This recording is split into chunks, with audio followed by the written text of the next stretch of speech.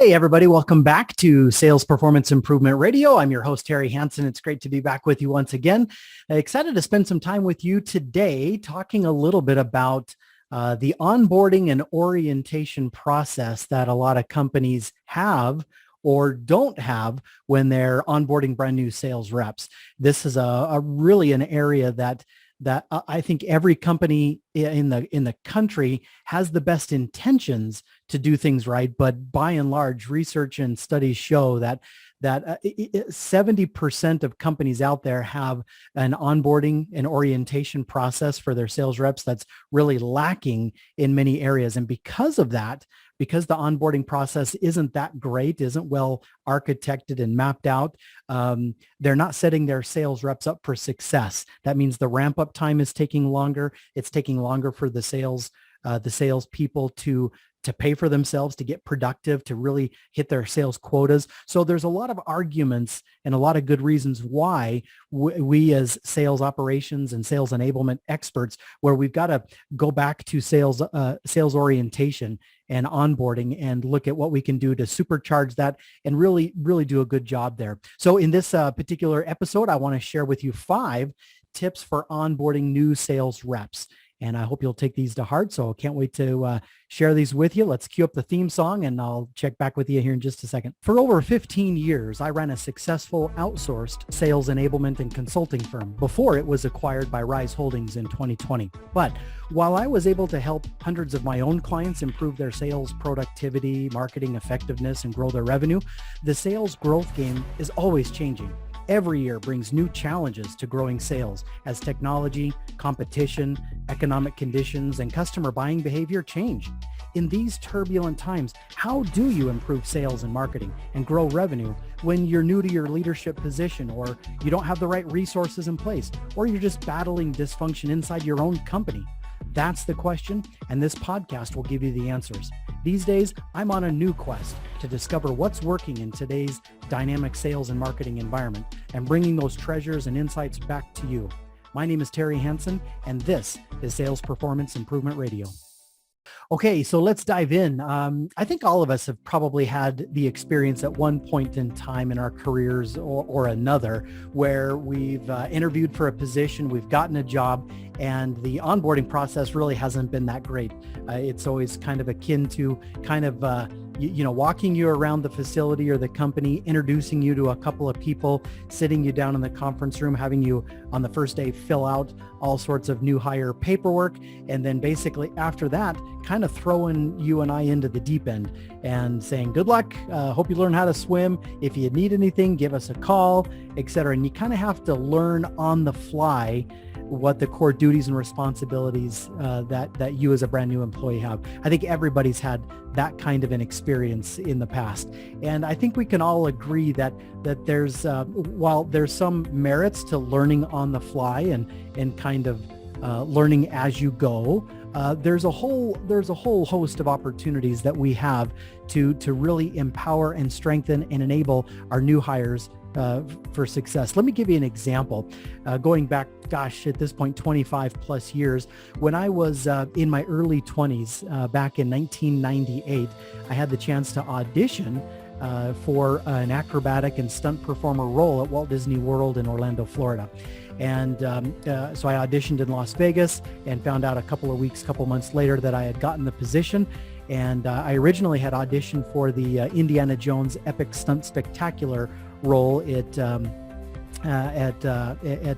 Disney World. But when the casting director called, he said, hey, we're opening up a brand new theme park called the Animal Kingdom, and we've got an acrobatic and stunt roles in this show. Do you want to be in? And I said, absolutely. So I packed up all of my earthly belongings in my 1984 green Volkswagen Jetta, and my older brother and I set out from Idaho, drove all the way across the country to Florida. And once we arrived, I got checked in and started my onboarding and orientation process. Now, Walt Disney World Disney Company is obviously a world-class organization, and they do things right. And they did a lot of right things with my own personal onboarding. I remember week number 1, in the morning, we had kind of a classroom style onboarding session where there were several of us that were brand new employees at the time. And we kind of sat in a classroom style. There was a facilitator there, and she talked to us a lot about the history of the company and about the culture and how guests that would come into the parks, they were just that, guests. They were there on vacation. Disney was the happiest place on earth, and each employee had an important responsibility to provide these guests with world-class magical experiences. And because the Disney was really the happiest place on earth, each employee were considered cast members like in a show, like in a theatrical production. And so we were all cast members. We weren't employees. We weren't team members. We weren't, just regular people. We were cast members. We were part of something special. And since we were cast members, there was such a thing as being on stage and off stage. Anytime you were in front of a guest, you were considered on stage. And as a character on stage, you had a uniform, you had a persona, you had an attitude, and you exemplified all the best things that Disney had to offer. But when you were backstage or not in front of guests, you could be out of character. You could get out of your uniform and costume, etc. But they grilled into this culture of being on stage versus off stage, being cast members and being part of a unique, providing a unique guest experience for all of the guests. Well, so the classroom style learning, we had discussions, we had kind of round tables, there was Q&A, there was games, we had trivia. They handed out these little award prizes if you answered questions correctly, these little Disney rubber plastic figurines of Goofy and Minnie and Donald and whatnot. And so you kind of collect those as little mementos. And it was a lot of fun. But after the morning session of kind of classroom style learning was over, then we would change clothes as acrobats and stunt performers. We'd change clothes and go over to the rehearsal studio where we'd start rehearsing the show. Now, this was, of course, much, much more hands-on. We were, tumbling. We were doing dance choreography. We were memorizing lines. We were on the stage. We were doing things and just physically going through the motions of learning our roles and our parts, etc. Well, as the park got ready to open and as things were going closer, our rehearsals got more and more full. Instead of just practicing segments of the show, we did whole run-throughs, and then we had guests come and watch. We would tour the different parts of the park, and so our gradual immersion into Disney and into our role and what we'd be doing kind of had this kind of it kind of escalated. It kind of had this evolutionary thing, but it was a full body experience involving the mind, the body, the senses, everything. It was kind of a multi-dimensional experience. And so really when Animal Kingdom opened up day 1, we were fully on board. And that whole process took actually less than 2 months. Less than 2 months from the time that I arrived in Orlando, Florida, to the time that the park opened up. We had, shows rehearsed, fully on board, ready to go, and whatnot. And there's a lot of lessons that can be learned from Disney in a variety of ways, but particularly as it relates to onboarding. Let me share with you 5 tips, 5 key insights from this experience at Disney and what you and I, as sales operations, sales enablement, sales managers, and executives, we can do to really empower and strengthen and support our brand new sales reps as they're coming on board. So tip number 1 is recognize that not all sales roles are created equal. It is a mistake to try to have a single onboarding process for all of your sales roles, meaning you should not treat your AEs, your account executives, the same way as you treat your SDRs, your sales development reps. And you should not treat your sales development reps the same way as you might treat your account managers, right? Each type of sales role deserves, frankly, its own unique track, its own unique program or process. Now, granted, probably 80% of the onboarding process could be the same for all sales roles, but that remaining 20%, maybe 30% or 40% needs to be unique and individualized for each of those particular sales roles. So do me a favor. Tip number one is differentiate and segment your sales roles into their own kind of unique buckets, and have 80% or 60% or 70% of the onboarding process be the same, but leave that 20, 30, 40% unique for them. So don't just treat all of your salespeople the same way. Put them on unique and individual tracks. So different tracks, different sales positions, different onboarding processes. Okay, makes sense? That's number one. Number two, and Disney did the same thing, whether there were dancers or acrobats or character performers or people working in food and beverage or at the resorts or ride operators, everybody had a different track. Disney did not treat everybody the same in that sense. Tip number two is take the time to actually be an architect. Put on your architect and designer hat. Get a whiteboard, get a scratch piece of paper out, and brainstorm in bullet point fashion everything that you would want to have covered and focused on during the onboarding and orientation process for a brand new salesperson. Get it all out on paper. Just whiteboard it out, get everything all out there, and then start chunking it down into days. Day 1, day 2, day 3, day 4, day 5. And so take the time really to draft it out. Write down a complete schedule. Day 1, starting at 8 a.m., from 8 a.m. to 9 a.m., this thing. From 9 a.m. to 10 a.m., this thing, right? Actually block it out by time chunks, time blocks each day of the week for the first 2 weeks. So be intentional and actually architect, design, and draft and come up with a good plan. Broken down by time. Use maybe a calendar, like an Excel spreadsheet or a calendaring a tool that you can actually just create a week 1 and week 2 calendar. But when you do that, that forces you to become very detail oriented and set up a little bit of a choreography. This thing would need to come before that thing, and that thing needs to come before this thing, right? It forces you to think about cadence and chronology and choreography and sequencing. And that's important when it comes to onboarding. What comes first, second, third, fourth, fifth? So take the time, tip number 2, to write down a complete schedule for the first 2 weeks of your new new sales hire. Tip number 3 is it is important to focus on different levels of onboarding. And I've got a little bit of a diagram. Think of maybe four concentric, 4 circles inside of each other. On the outer circle, you might focus on the external environmental industry-related things. For example, you might focus on having them do some research on competitors or industry trends or customer needs or economic or political conditions or technology, things that are outside the company. That's kind of at the macro level, the big picture level. Then the next circle inside might be related to the company itself. So think about maybe going over the company vision, the mission statement, the values, the corporate strategies, the goals, who the stakeholders are, the culture, the products, the services, the policies, procedures, all of those kinds of things that are just kind of the same for everybody company-wide. Make sense? Then the third circle that as you kind of get closer and closer to the center might be specifically related to the sales position, the job description itself. That's where you might go over specific expectations of that position, special tools and resources and compensation plans, processes, maybe working conditions or technology or other specific things that are just unique to that position. And then finally, the very center circle that you might get to is the person themselves, the sales rep themselves.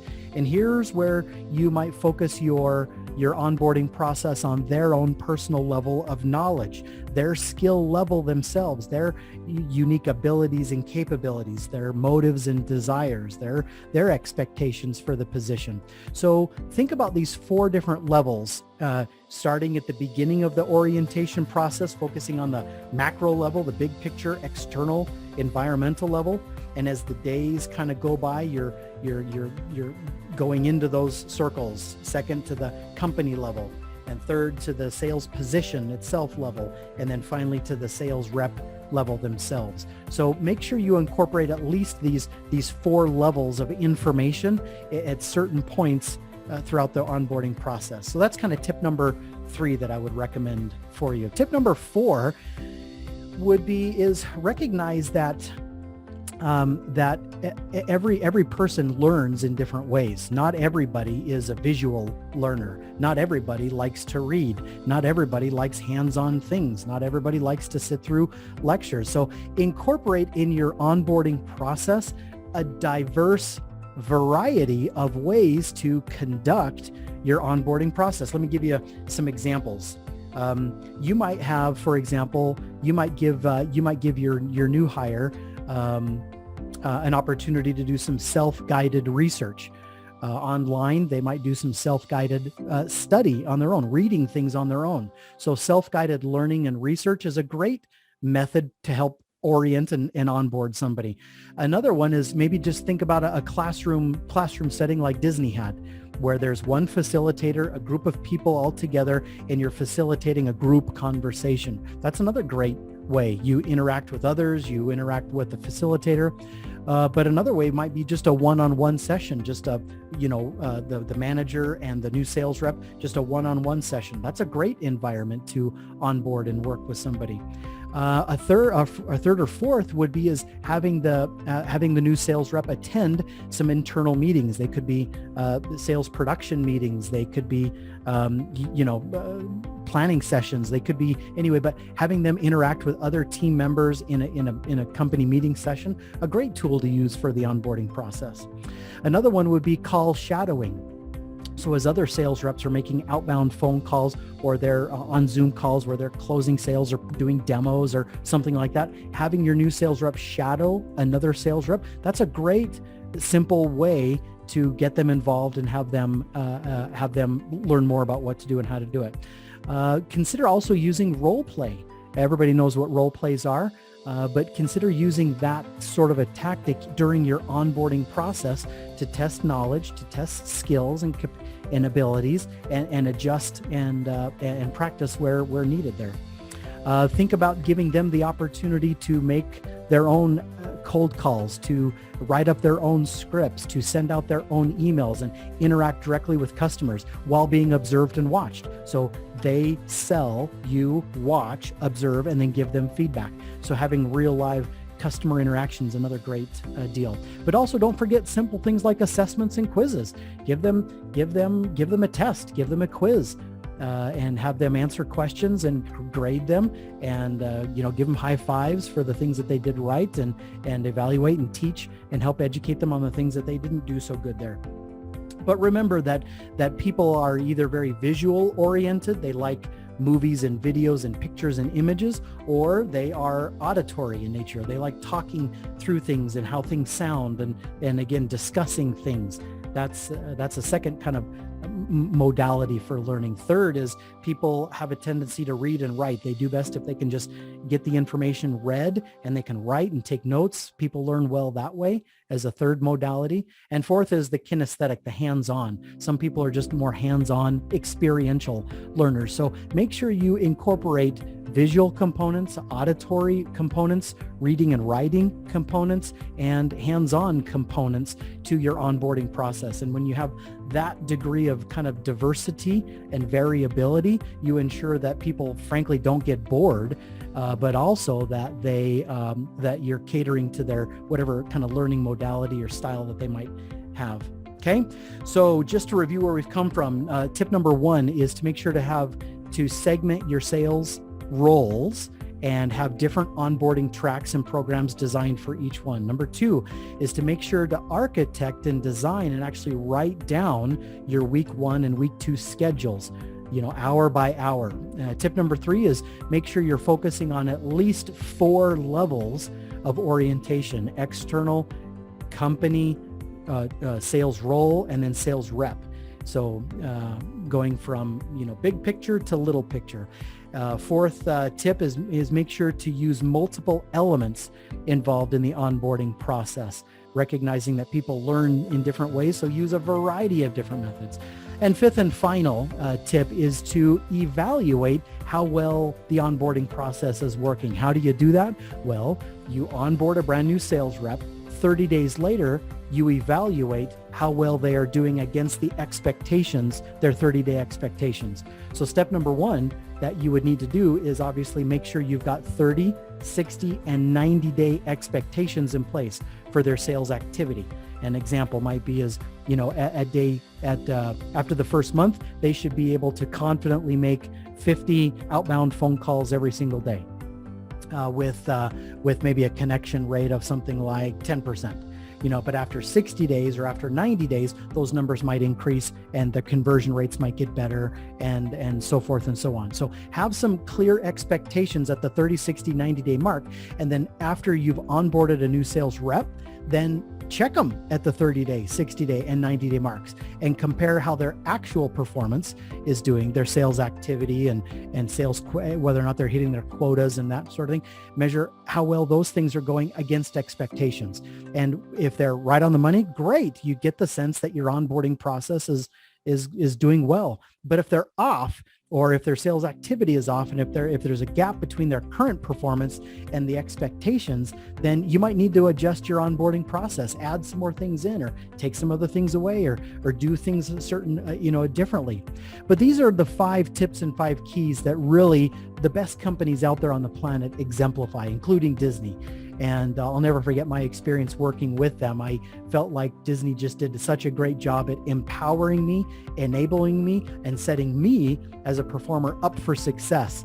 And because of that, I was able to hit the ground running really day one as soon as the parks opened up. And that's really what I want for your sales reps after their onboarding process is done, that they're hitting the ground running, that they're hitting their quotas fast, that their ramp up time is really short, and that they're quick to get to that profitability and that productivity level that you want them to be at. So take a second peek at your onboarding and orientation process.